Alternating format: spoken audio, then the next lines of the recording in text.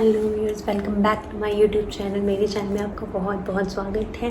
मैं यहाँ एकदम मस्त हूँ। उम्मीद करती हूँ आप लोग भी एकदम मस्त होंगे। तो आपको ये थंबनेल देखकर ये तो पता चल गया होगा कि ये वीडियो किस टॉपिक के बारे में होने वाली है। चारकोल की वैल्यूज़ के बारे में हम यहाँ पे पढ़ेंगे, मतलब बनाएंगे कि चारकोल कैसे चारकोल स्टिक से हम इतनी सारी वैल्यूज़ निकाल सकते हैं, उसकी इतनी सारी ग्रे वैल्यूज़ की नॉलेज ले सकते हैं। तो मतलब जितना सुनने में शायद मज़े आ रहे होंगे, सुनने में अच्छा लग रहा होगा या नहीं पता नहीं, काम करते समय बहुत मज़ा आता है। चारकोल का तो आर्ट वर्क एकदम मैट फिनिश वाला मस्त होता है, ठीक है। बस थोड़ा मैसी मीडियम होता है लेकिन एकदम मस्त होता है। तो चलिए शुरू करते हैं नई वीडियो।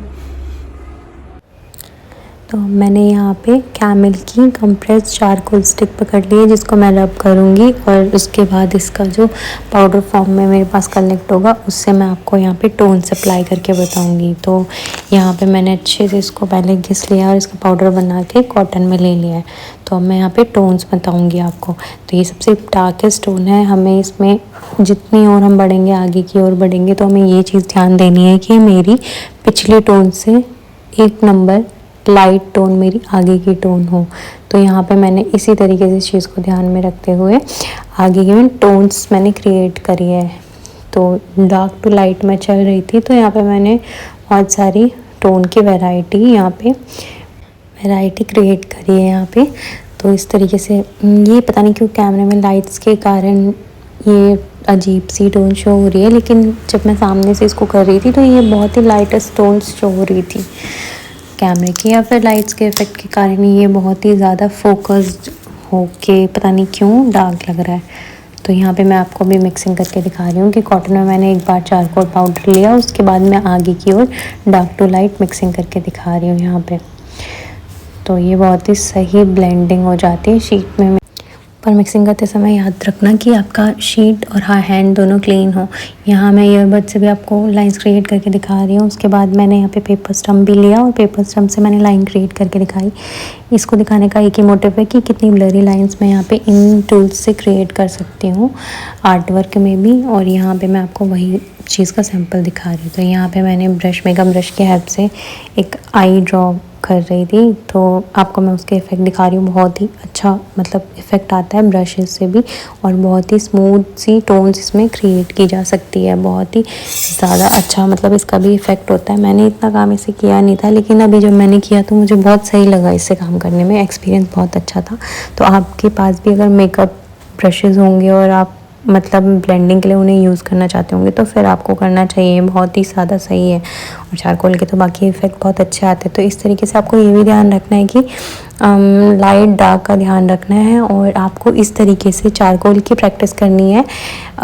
ये मिक्सिंग की आप प्रैक्टिस करेंगे तो आप कोई भी ऑब्जेक्ट ले सकते हैं, ऑब्जेक्ट बना कर देखिए, उसमें लाइट टू डार्क कैसे टोन्स क्रिएट करके देखिए।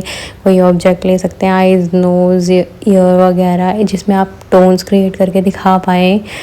तो आप ऐसी चीज़ें ले सकते हैं बनाने के लिए। जी हाँ, ब्लेंडिंग तो सच में बहुत ही ज़्यादा स्मूथ हो रही थी और बहुत ही अच्छे वे में जा रही थी जैसा मैं करना चाह रही थी।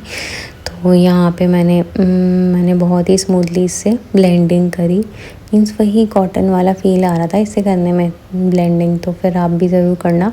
और इस तरीके से मैंने आईब्रोज़ बना ली, और जहाँ मुझे डार्क करना था मैंने वहाँ डार्क टोन अप्लाई कर लिया। और उसके बाद मैं यहाँ पे मर्ज करने की कोशिश कर रही हूँ अपनी टोन्स को आपस में, जिसके कारण वो ऐसा ना लगे कि पैची टाइप का हो।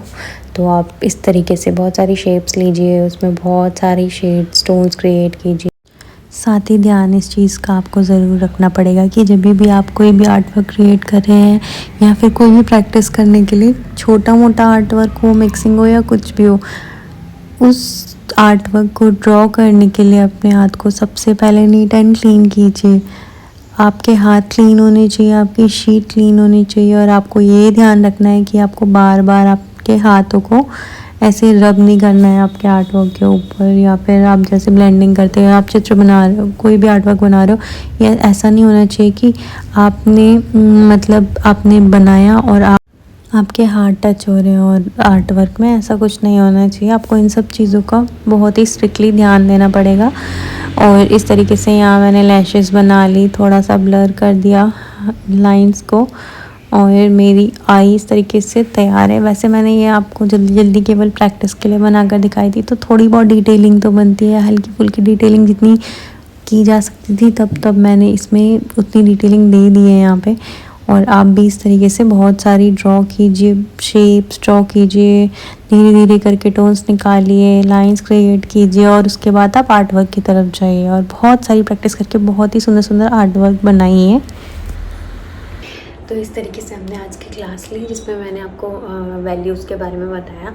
तो आप इसकी प्रैक्टिस कर सकते हैं और प्रैक्टिस करिए, जितना करेंगे, जितनी टोन्स बनाएंगे उतना आपके लिए बेनिफिट है। आप आर्ट वर्क में भी आपको सेट रहेगा ना माइंडसेट कि हाँ मैं बहुत टाइप के टोन्स निकाल सकता हूँ। और कभी भी कोई भी आर्ट वर्क बनाते हैं तो एकदम ऐसे नहीं कि डार्क करना है तो एकदम घिसना है नहीं, सॉफ्टली हमें सॉफ्ट हार्ट से काम करना है, लेयर बाय लेयर काम करना है। वैल्यूज़ की हमें नॉलेज होनी चाहिए कि हमें वॉल्यूम के बारे में पता होना चाहिए कि किसी भी चीज़ में वॉल्यूम कैसे क्रिएट की जाती है। अगर इधर से लाइट आ रही है तो फिर इधर हाईलाइट होगी, डार्कनेस किधर होनी चाहिए। एक नज़रिया होता है ना, हम कई बार मतलब आर्टिस्ट का तो होता ही है, लेकिन ये है कि हमें नॉलेज लेने के लिए अपने सामने चीज़ें करके देखनी पड़ेगी। एक लाइट जलानी पड़ेगी, बॉल रखो, कोई भी ऑब्जेक्ट रखो, मानो यहाँ से लाइट आ रही है, ये मैंने बॉक्स रखा है तो अभी यहाँ से लाइट आ रही है क्योंकि इसका लाइट ऑफ सोर्स नीचे से है, इधर से ऐसे आ रही है तो ये लाइट है, ये डार्क है, हल्का डार्कनेस है इधर से।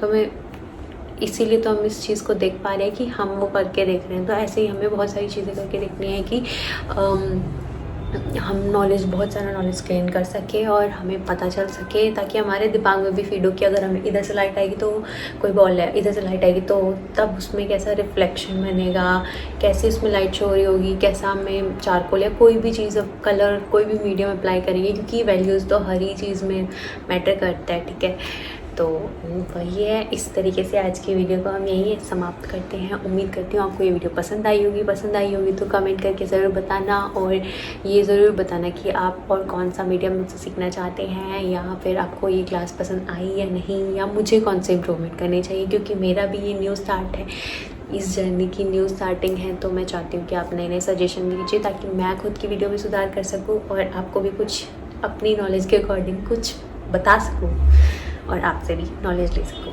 तो तब मिलते हैं नेक्स्ट वीडियो में, तब तक के लिए बाय।